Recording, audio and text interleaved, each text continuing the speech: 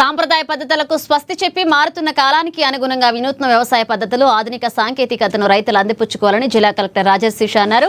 ప్రజాపాలన ప్రగతి ప్రణాళిక రైతు వారోత్సవాల సందర్భంగా గురువారం బోత్ మండల కేంద్రం అలాగే వేదికలో నిర్వహించిన కార్యక్రమానికి ఆయన ముఖ్య అతిథిగా హాజరయ్యారు.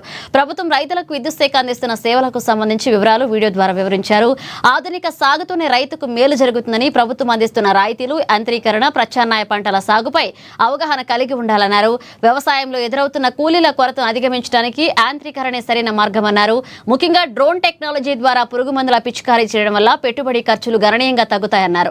విత్తనాలు కొనుగోలు చేసేటప్పుడు తప్పనిసరిగా లైసెన్స్ ఉన్న డీలర్ల వద్దే తీసుకోవాలని, రసీదులను జాగ్రత్తగా భద్రపరచుకోవాలని రైతులకు విజ్ఞప్తి చేశారు.